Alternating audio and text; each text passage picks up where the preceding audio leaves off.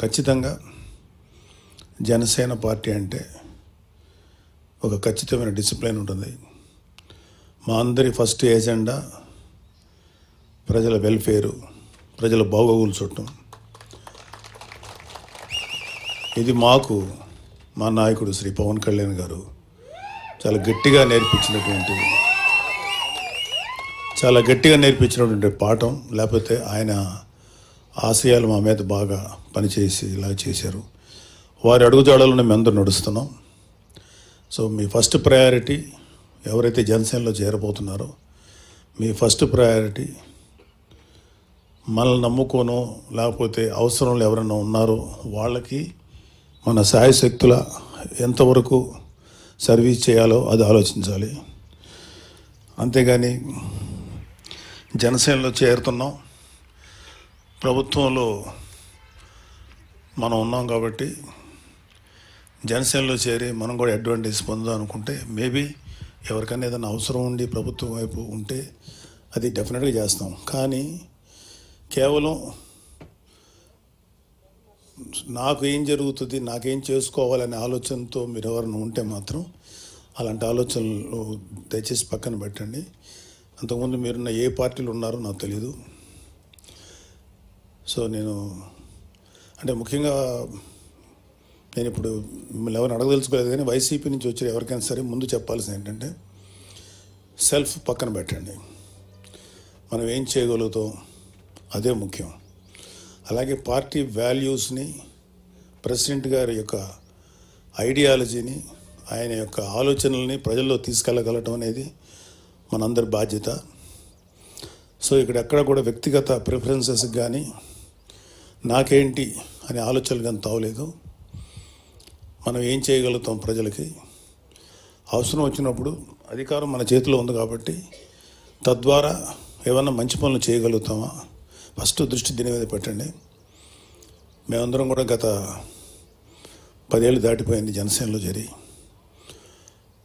మేము ఎప్పుడు కూడా ఈ స్టేజ్ మీద ఉన్నటువంటి నాయకులందరం కూడా మా సెల్ఫ్ ఏంటి, మాకు వ్యక్తిగతమైన ప్రయోజనం ఏంటి అని ఎప్పుడు ఆశించలేదు, కనీసం అడగలేదు.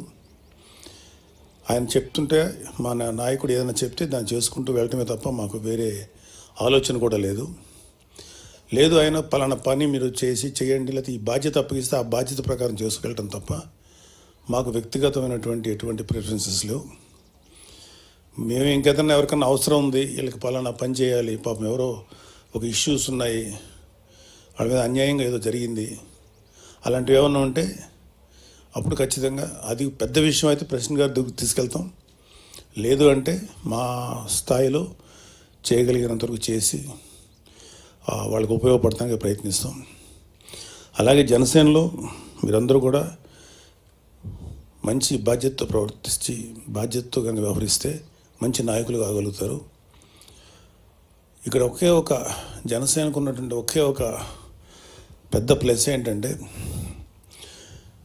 జనసేనలో పనిచేసే ప్రతి ఒక్కళ్ళు కూడా అత్యున్నతమైన స్థానానికి వెళ్ళడానికి ఈ పార్టీ సరైనటువంటి అవకాశం కల్పిస్తుంది. ఎవరైనా సరే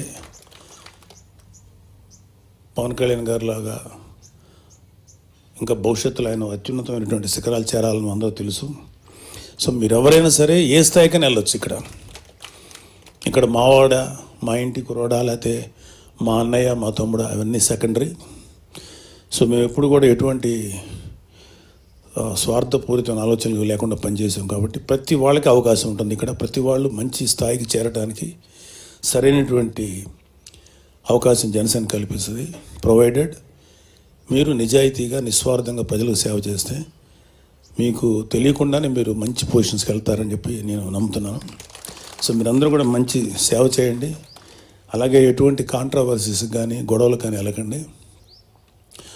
అన్లెస్ పార్టీ అధిష్టానం ఇలా ఉండండి, ఇలా చేయండి ఆదేశిస్తే దాని ప్రకారం చేయాలి తప్ప వ్యక్తిగతంగా మన నిర్ణయాలకు కానీ అవి కానీ పార్టీ మీద రుద్దకుండా పార్టీ ఆలోచనల్ని, పార్టీ ఆశయాలను మాత్రమే ప్రజల్లో తీసుకెళ్దాం. సో వన్స్ అగైన్ మీ అందరికీ పార్టీ నుంచి హృదయపూర్వక సుస్వాగతం.